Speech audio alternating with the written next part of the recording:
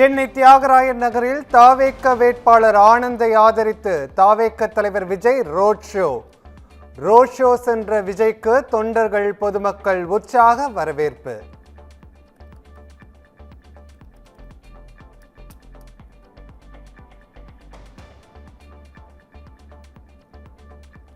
சென்னை எழும்பூர் 1000 விளக்கு சட்டமன்ற தொகுதிகளிலும் விஜய் ரோட் ஷோ. தாவேக வேட்பாளர்கள் ராஜ்மோகன், ஜேசிடி பிரபாகரை ஆதரித்து வாக்கு சேகரிப்பு.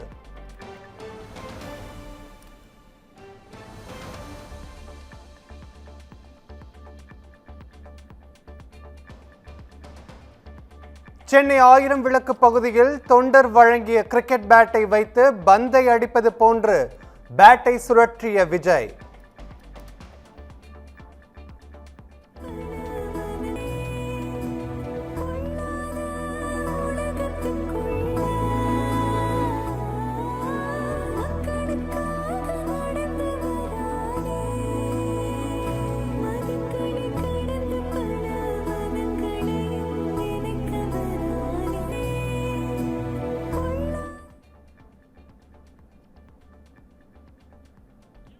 ரோட் ஷோவில் தொண்டர் அளித்த யானை பொம்மையை உயர்த்தி காட்டி பரிசாக வீச தொண்டர்கள் ஆரவாரம்.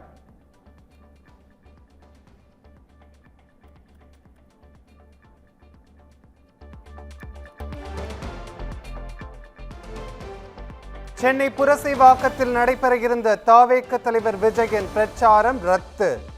தவிர்க்க முடியாத காரணத்தால் பிரச்சாரம் ரத்து செய்யப்பட்டதாக தகவல்.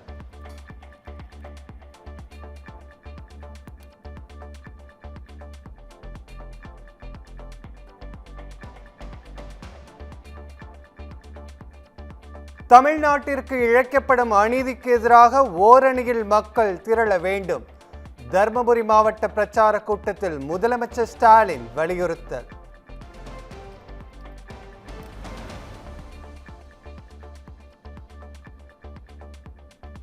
தொகுதி மறுசீரமைப்பு தமிழ்நாட்டிற்கான பேராபத்து. மக்கள் தொகையை கட்டுப்படுத்தாத மாநிலங்களுக்கு அதிக எம்பி சீட் கிடைக்கும். சொந்த நாட்டில் 2ஆம் தர மக்களாக மாறும் நிலை உருவாகும் என முதலமைச்சர் ஸ்டாலின் எச்சரிக்கை.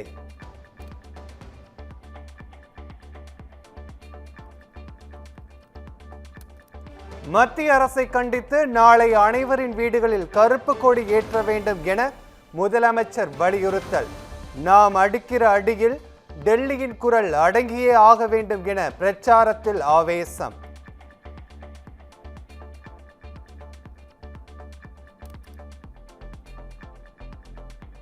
அதிமுக கூட்டணி வேட்பாளர்களை ஆதரித்து நாகர்கோவிலில் பிரதமர் மோடி பிரச்சாரம்.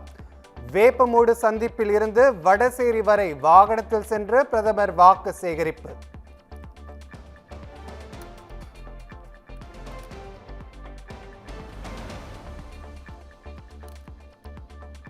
நாகர்கோவிலில் பிரதமர் மோடியுடன் அதிமுக பொதுச் செயலாளர் எடப்பாடி பழனிசாமியும் ரோட் ஷோ. திறந்த வேனில் பிரதமருடன் நயினா நாகேந்திரன், அண்ணாமலை, பொன் ராதாகிருஷ்ணனும் பிரச்சாரத்தில் பங்கேற்பு.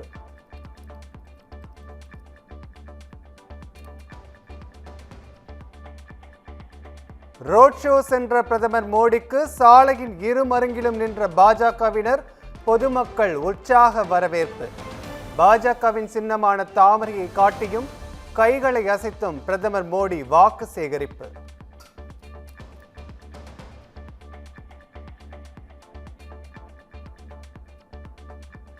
ரோட் ஷோவின் போது தலைவர்களது படங்களுக்கு பிரதமர் மோடி மரியாதை. அம்பேத்கர், அண்ணா, எம்ஜிஆர் படங்களுக்கு மலர் தூவி மரியாதை செலுத்தினார்.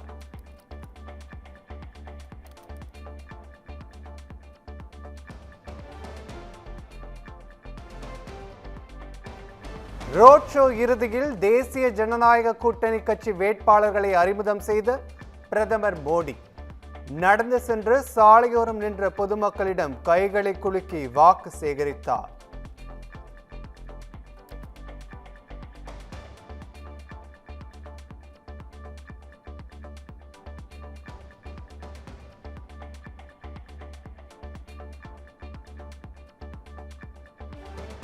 திமுகவின் சீர்கெட்ட ஆட்சியையும் ஊழலையும் தமிழக மக்கள் விரும்பவில்லை என்பது தெளிவாக தெரிகிறது.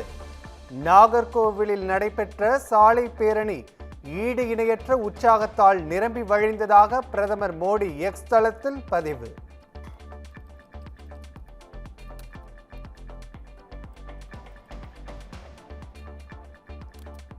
நாடாளுமன்றத்தின் சிறப்பு கூட்டத்தொடர் நாளை தொடங்கி 18ஆம் தேதி வரை நடைபெறுகிறது.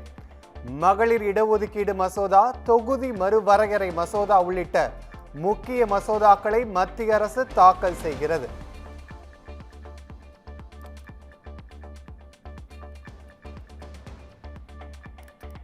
தொகுதி மறுவரையறைக்கு எதிராக தமிழ்நாடு முழுவதும் நாளை கருப்பு கொடி போராட்டம். முதலமைச்சர் மு.க. ஸ்டாலின் வீடியோ வெளியிட்டு அறிவிப்பு.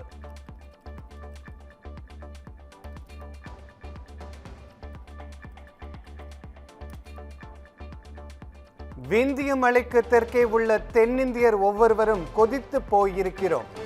மத்திய பாஜக அரசு நெருப்போடு விளையாடுவதாகவும் முதலமைச்சர் மு.க. ஸ்டாலின் ஆவேசம்.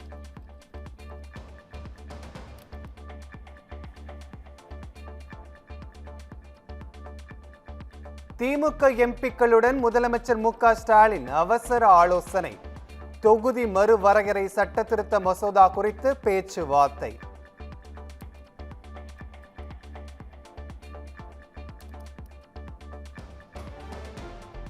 திமுக மாவட்ட செயலாளர்களுடன் முதலமைச்சர் மு.க. ஸ்டாலின் ஆலோசனை. தேர்தல் மற்றும் தொகுதி மறுவரையறை குறித்து பேச்சுவார்த்தை என தகவல்.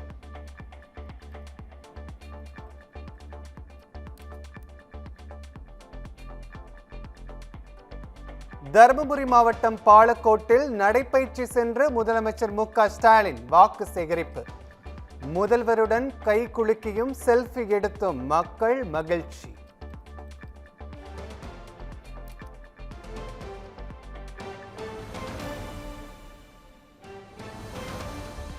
தமிழர்களின் குரல் நாடாளுமன்றத்தில் ஒலிக்காமல் போகவே தொகுதி மறுவரையறை நடவடிக்கை.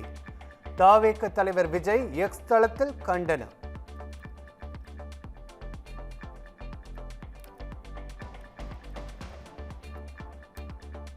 மத்திய அரசு கூறியதை கேட்டு நடந்த தமிழ்நாட்டுக்கு தண்டனை, பிற மாநிலங்களுக்கு வெகுமதியா?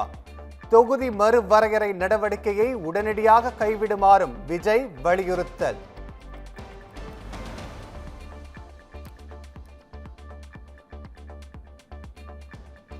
கோவையில் ஏப்ரல் 18ஆம் தேதி பிரச்சாரம் மேற்கொள்கிறார் பிரதமர் மோடி. என்டிஏ கூட்டணி வேட்பாளர்களை ஆதரித்து பரப்புரை என அண்ணாமலை தகவல்.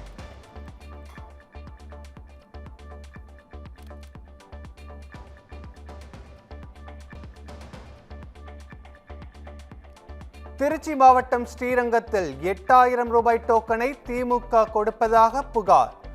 டம்மி டோக்கனால் பயனில்லை என்பது தெரியாமல் மக்களும் வாங்கி செல்லும் சூழல்.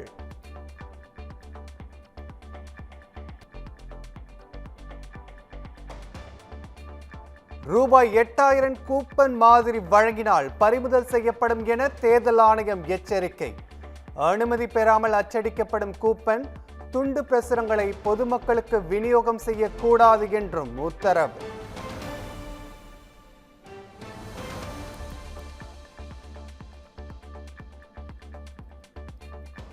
தமிழகத்தின் சில மாவட்டங்களில் ரூபாய் 8000 கூப்பன் மாதிரி வழங்கப்பட்டது தொடர்பாக வழக்கு பதிவு செய்யப்பட்டுள்ளதாக தேர்தல் ஆணையம் தகவல். தேர்தல் நடத்தை விதிமுறைகளை மீறினால் மக்கள் பிரதிநிதித்துவ சட்டத்தின் கீழ் வழக்கு பதிந்து நடவடிக்கை எடுக்கப்படும்.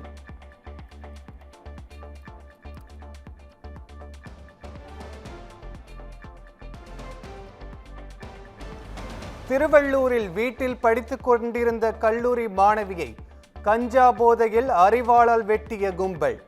தப்பியோடியவர்களை ஒருவரை பிடித்து சரமாரியாக தாக்கிய பொதுமக்கள்.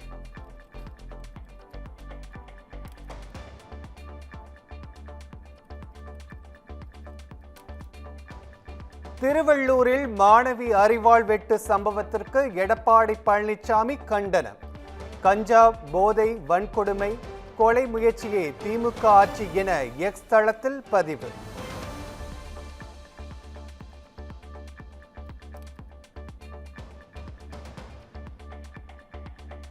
பெருகும் போதைப்பொருள் புழக்கத்தால் வீட்டிற்குள் இருக்கும் பெண்களுக்கும் பாதுகாப்பு இல்லை. பொன்னேரி சம்பவத்தை சுட்டிக்காட்டி அண்ணாமலை கண்டனம்.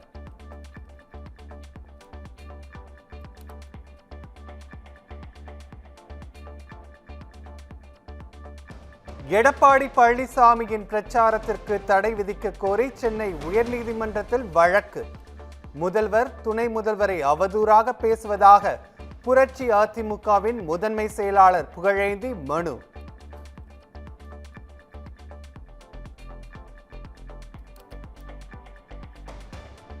தொகுதி மறுவரையறையால் தென் மாநில பிரதிநிதித்துவம் குறைக்கப்படும். தென் மாநிலத்தவர் விவரம் தெரியாதவர்கள் அல்ல எனவும் ப. சிதம்பரம் பேட்டி.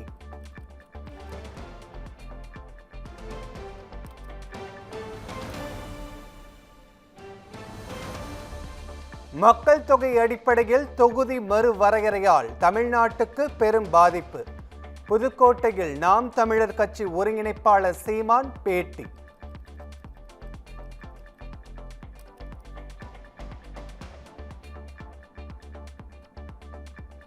துணை முதலமைச்சர் உதயநிதி வேட்புமனுவின் சொத்து விவரங்கள் குறித்து விசாரணை கோரிய வழக்கு. வழக்கில் வருமான வரித்துறை பதிலளிக்க சென்னை உயர்நீதிமன்றம் உத்தரவு.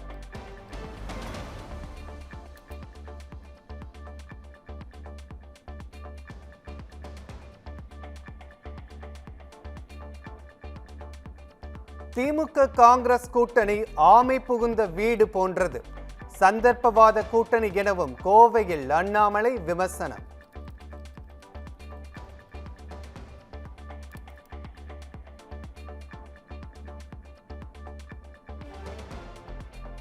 சாதனைகளை சொல்லி வாக்கு கேட்காமல் ரூபாய் 8000 கூப்பனை கூறி திமுகவினர் வாக்கு கேட்கின்றனர்.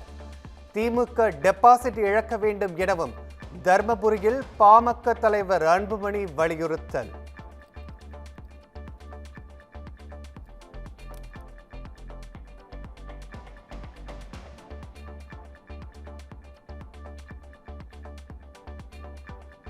கட்சி தொடங்கி 2 ஆண்டுகளால் விஜயால் முதலமைச்சராக முடியாது. பெரம்பூரில் விஜய் ஜெயிப்பாரா என்பதே கேள்விக்குறி எனவும் திருமாவளவன் விமர்சனம்.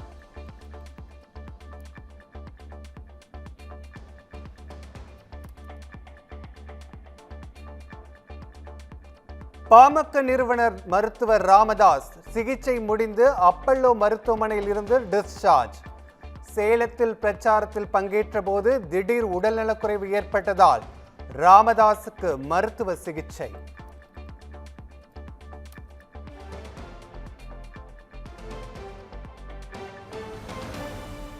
விருதுநகர் மாவட்டம் சாத்தூரில் வேன் மீது மோதி விபத்து.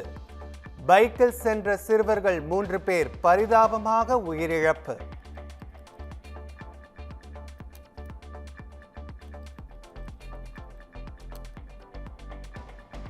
கோவையில் மருத்துவரின் தாயாரை கொன்று பணம் நகைகள் கொள்ளையடித்த சம்பவம். தலைமறைவான பணிப்பெண் தம்பதி தகவல் கேட்டு நேபாள அரசுக்கு கடிதம்.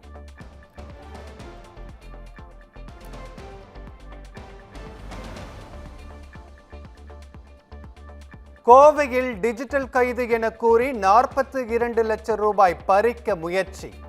முதியவர் சாதுரியமாக செயல்பட்டதால் பணப்பறிப்பு சம்பவம் தடுப்பு.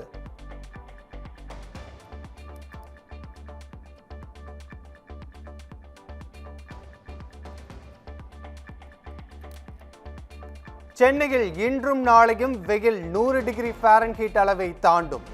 சென்னை வானிலை ஆய்வு மையம் எச்சரிக்கை.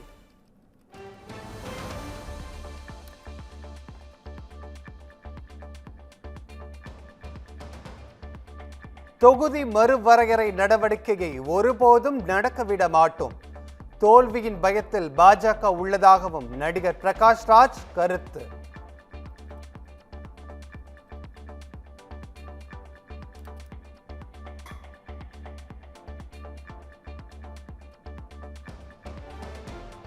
(2026) ஆண்டிற்கான CBSE 10ஆம் வகுப்பு பொதுத் தேர்வு முடிவுகள் வெளியீடு. results.cbse.nic.in, cbse.gov.in என்ற இணையதளங்களில் மாணவர்கள் தேர்வு முடிவுகளை தெரிந்து கொள்ளலாம்.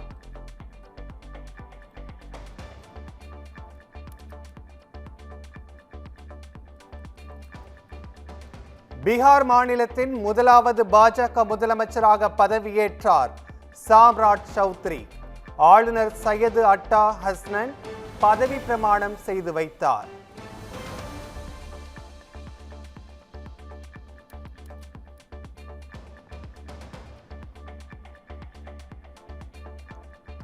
ஆந்திராவின் சத்யசாய் மாவட்டத்தில் சிலிண்டர் வெடித்ததில் 4 பேர் பலி.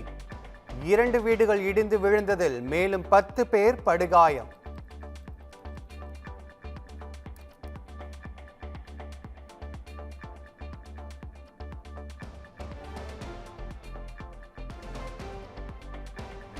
ஆந்திராவில் வழக்கறிஞரை கொன்றுவிட்டு விபத்து போல் நாடகமாடிய காவலர் கைது.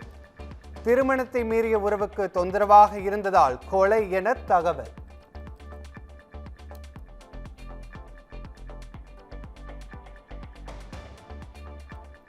திருப்பதி ஏழுமலையான் கோவிலில் நடிகை சம்யுக்தா மேனன் சாமி தரிசனம்.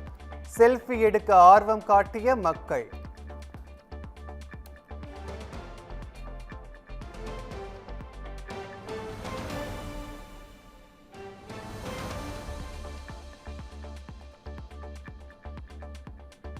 ஹார்முஸ் ஜலசந்தியை கடந்து வந்த ஜக் விக்ரம் எல்பிஜி கப்பல் 20,000 டன் எல்பிஜியுடன் காண்ட்லா துறைமுகத்தில் நங்கூரமிட்டது.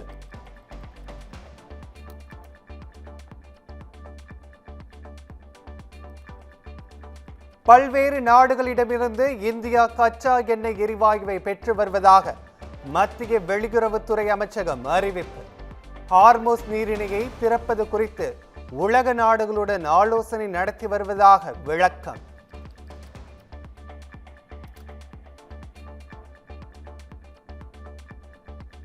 ஈரானுக்கு ஆயுதங்கள் தரக்கூடாது என்ற சீன அதிபர் ஜி ஜின்பிங்கிற்கு அமெரிக்க அதிபர் ட்ரம்ப் கடிதம். ஆயுதங்கள் தரமாட்டோம் என்று சீனா பதிலளித்திருப்பதால் போர் விரைவில் முடிவுக்கு வரும் என்று ட்ரம்ப் கருத்து.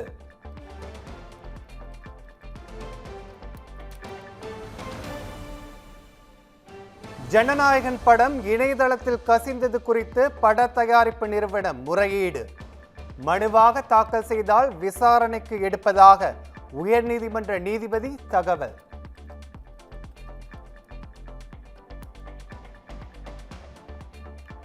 சென்னையில் ஆபரண தங்கத்தின் விலை சவரனுக்கு 800 ரூபாய் உயர்ந்தது. சவரன் 1,14,560 ரூபாய்க்கும் கிராம் 14,320 ரூபாய்க்கு விற்பனை.